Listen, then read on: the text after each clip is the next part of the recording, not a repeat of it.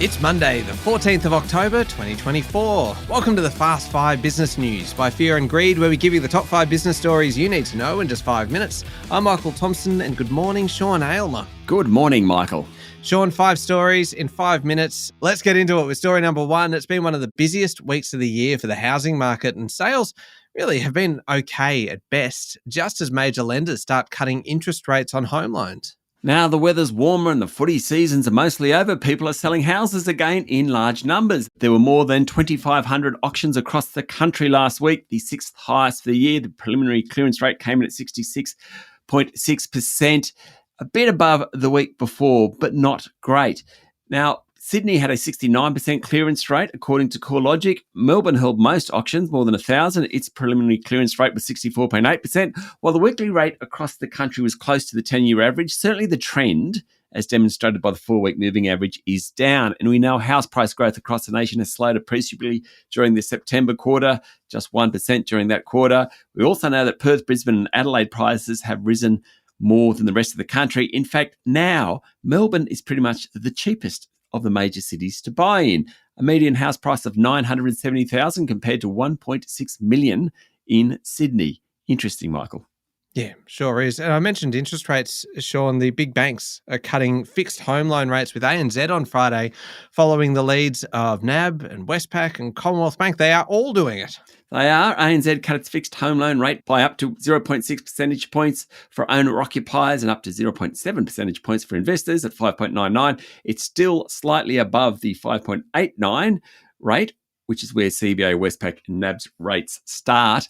The lowest fixed 3-year rate on Rate City's database is 4.99% from SW Bank. The moral of this story is rates are coming down, but shop around.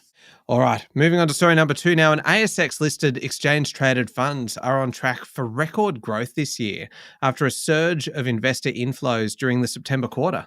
In the first 9 months of this year, investors put $23.3 billion into ETFs, of which more than half came in the September quarter. The full-year inflow record was 2021. That was $23.6 billion. We're almost there after 9 months.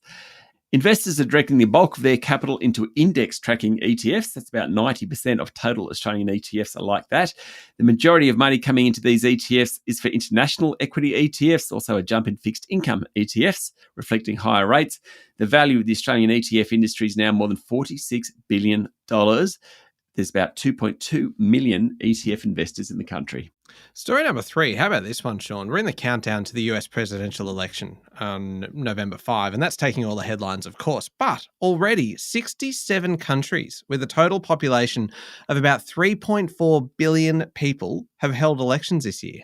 The good news, according to The Economist magazine, voter turnout has risen for the first time in 2 decades. Among places categorised as full democracies by the intelligence unit at The Economist, turnout held steady.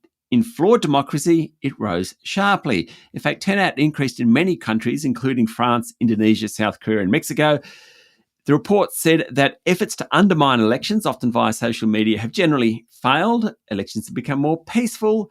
Increasingly, voters are holding leaders accountable. However, some elections remain a sham. Think Russia, think Algeria. Still some places where the outgoing leader wields power. For example, in Indonesia, Joko Widodo's son was elected vice president, and there's a bit of splintering of parties. Anyway, full steam ahead now for that November 5 election in the US. Yeah, it's not far away now, Sean. Story number 4, Boeing will cut 17,000 jobs or thereabouts and delay the first delivery of its 777X jet as it confronts deepening losses and the effects of a weeks-long strike by its largest labour union.